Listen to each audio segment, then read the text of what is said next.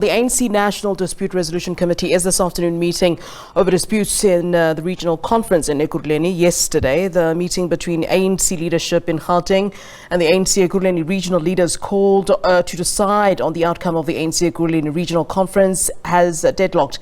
The meeting follows final results of the 19 quarantine votes verified by the ANC National Dispute Resolution Committee yesterday. The results of the 19 quarantine votes affect the positions of regional chairperson, the deputy chair, and Deputy Secretary. The provincial leaders raised the issue of more branches having the same problem as opposed to just the 6 branches whose votes were quarantined. Let's get more on this then. We're joined via Zoom by political analyst Prince Mashele. Very good afternoon to you, sir. Thanks very much for joining us here on SABC News. Afternoon, and thanks for inviting me, and great. It's a pleasure to have you on the show. Let's talk then, Mr. Mashele, about the fact that there have been claims that the Ekurhuleni didn't follow the right guidelines in preparations of the conference. I mean, your thoughts, first of all, around the conference, the Ekurhuleni conference, but also, are you of the view that, you know, this will continue? Do you also see the prospect of Gauteng holding a peaceful conference, or that it will follow the same as we are seeing now with Ekurhuleni, where we're now seeing people, in fact, threatening to go to court? Look, in the first place, it's very clear that the ANC in Ekurhuleni is very divided. Number one. Number two, that its conference was very chaotic and disorderly. Remember, it was supposed to start on Friday. It began its business on Sunday. And it didn't deal with substantive matters. It didn't deal with policy issues. Those issues were deferred to another conference later. Also, the outcome of the leadership that was announced was actually a preliminary outcome, in the sense that, as you said, there are 19 votes that have been quarantined. And you also know that the winners of that conference, that is the chairperson, the deputy chairperson, and others, only won by a thin margin of about 12 votes. So it means that the quarantined votes can change the outcome there. But the meaning of the chaos in Ekurhuleni has implications for the rest of the ANC in the province as well as national. What does it mean? It means that the whole unity project that was announced at the end of the conference of the ANC in Nasrec in 2017 has not worked. The party continues to be as divided as it was before. So to answer your question specifically with regard to the conference in Gauteng, the provincial conference, the provincial conference cannot be orderly and legitimate if it is constituted by regions that have big question marks hanging upon them. So Ekurhuleni is a massive question mark. How, therefore, can you have a legitimate and peaceful conference of the province in Gauteng? That is the biggest question. Yeah.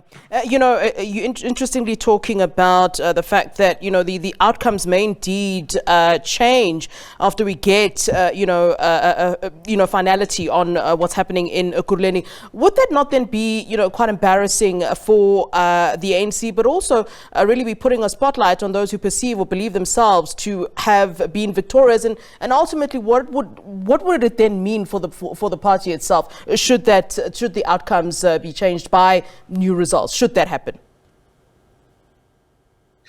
Even if the outcomes are not changed by the quarantine votes, or if they are changed by the quarantine votes, the ANC is already in an embarrassing situation. Number one, that conference was chaotic. We saw the chaos, all of us. Number two, how do you announce results of a conference when there are votes that have been quarantined, and those votes can have material implications for the general outcome of that conference? That is a situation that the ANC threw itself into. So the whole situation already is embarrassing. Society has seen that the party is not united, the party is not orderly, and therefore society is asking many questions as to whether you can rely on this chaotic party to run a coherent region, to run a coherent province, and indeed to run an orderly country. Yeah, you talk about this, what you're calling a chaotic party, but on top of that, there's also what we've always, picked up within the ANC, and that's, of course, the certain frictions and divisions. And one in particular that I'd like to discuss with you, Mr. Mashele, is the rumors, murmurs, and what people are saying is happening within the ANC, where there is perceived tension between the president of the ANC, Cyril Ramaphosa, and Paul Mashele. Mashele apparently supporting what is perceived to be the RET faction, particularly in the Eastern Cape. What are your thoughts on this, and is this something that we should be considering? Is this something that is of concern? I mean, when we're talking heavyweights within the party? Look, if you look at the top 6 of the ANC that was elected in Nazareth in 2017, from Didi Mabuza to Ace Magashule to Jesse Duarte to Paul Mashatile and the president himself. If you look at that mix, we all know that these people are divided. In fact, 2 of them are no longer part of the top 6. So that the ANC is divided, everyone who has eyes to see can see. So the latest rumors around Paul Mashatile and President Cyril Ramaphosa merely add to what we already know, that the top leadership of the ANC is divided and factionalized. How many factions are there in the ANC? No one knows. But what we know is that indeed the party is factionalized. Now, the more serious question for me is, how can such a divided party run a united country? This is the question that most South Africans are asking themselves. I mean, look, if you look at the country, there is chaos in South Africa. We don't have electricity. We have a water crisis all over the show. The economy is in shambles. Unemployment is very high.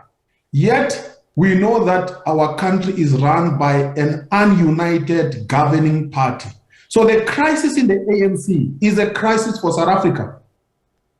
Yeah, it's unfortunate that we don't have a lot of time. I think we could go on. Thanks very much for giving us your time, and hopefully we'll get to have more of these conversations. Thanks very much, Prince Mashele.